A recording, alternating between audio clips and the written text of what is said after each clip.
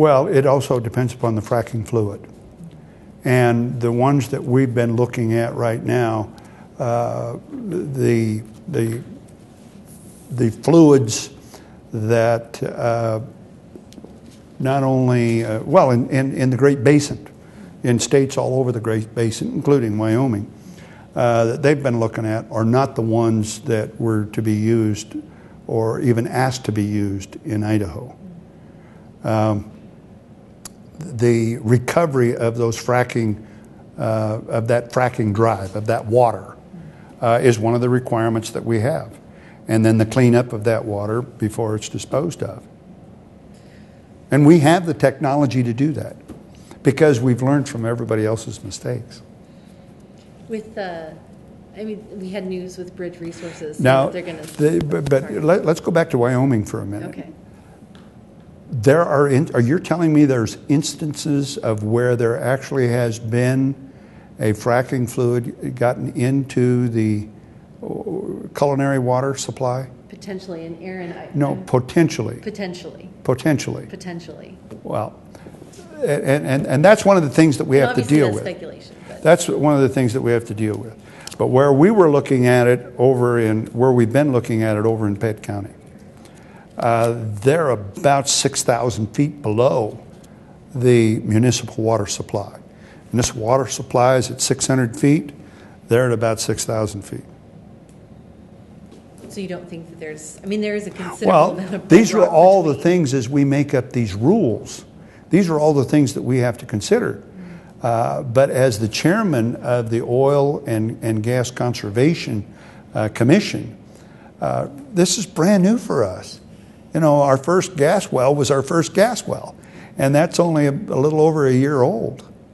And it's 4.2 million cubic feet of, or CFS, excuse me, not CFS, 4.2 million cubic feet a day.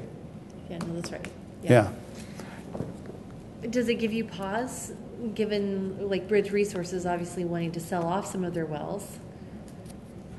Even if Bridge Resources leaves, do you see this as a viable industry for Idaho? Well, yes, I do. You do? Bridge Resources, at least from my discussions with the Bridge folks, is a result of a financial decision, not because they were worried about liabilities or things like that. It was a financial decision to sell off those wells. And obviously the company that's looking at that acquisition is financially a lot larger than Bridge itself. What kind of protections do you think Idaho needs to have? Or maybe the better way to ask this is, you know, what can Idaho learn from states like Colorado, which for a very long time sort of had a free-for-all when it came to drilling for gas? Well, what would you like to see happen here in Idaho? Well, I would want to see, obviously, that we go to Colorado, we go to Wyoming, we go to these other states that have a lot of experience with that and find out what their experience has been and where they've made mistakes, that we don't make those mistakes. That's why we're in the formulation right now of the rules and regulations which will govern that, because once again, it's brand new to us. You know, there were a lot of thought, look at those crazy guys out there drilling for gas in Idaho. And bingo. Yeah. 4.2 million cubic feet a day in one well. Wow.